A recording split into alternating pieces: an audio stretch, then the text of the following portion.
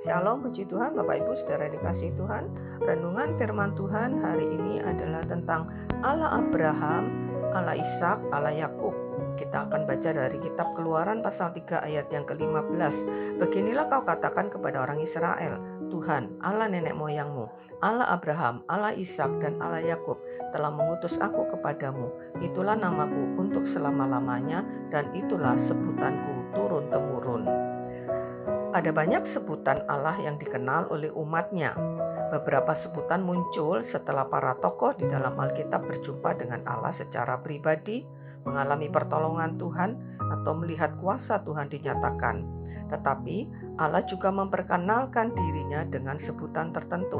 Salah satunya Allah menyebut dirinya sebagai Allah nenek moyang bangsa Israel, Allah Abraham, Allah Ishak, dan Allah Yakub. Pernyataan ini disampaikan Allah ketika Allah mengutus Musa untuk membebaskan bangsa Israel dari perbudakan Mesir dengan membawa mereka menuju tanah perjanjian atau tanah Kanaan yang pernah Allah janjikan kepada Abraham.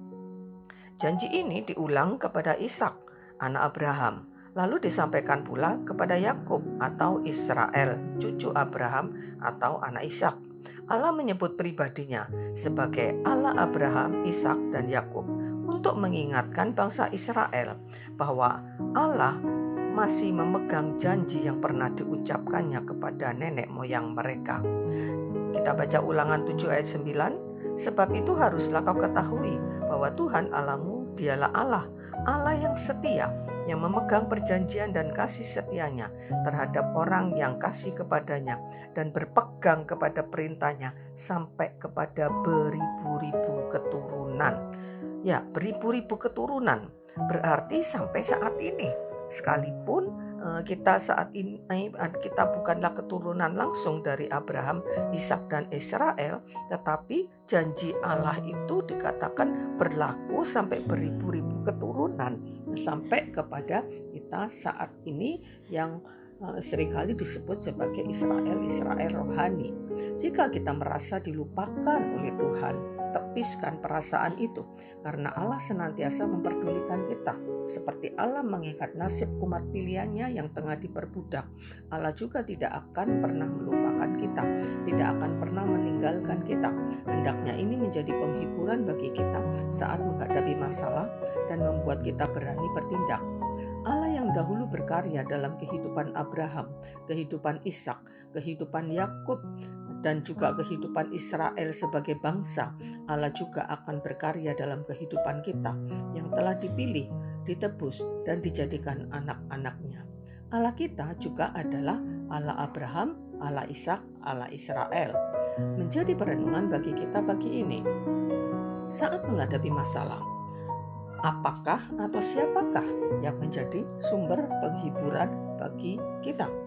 Apakah kita mencari penghiburan, mencari pertolongan bahkan ya kepada yang lain di luar Allah Abraham, Allah Ishak, Allah Israel, atau kita berpikir dengan kekuatan kita sendiri bagaimana kita mengatasi masalah kita?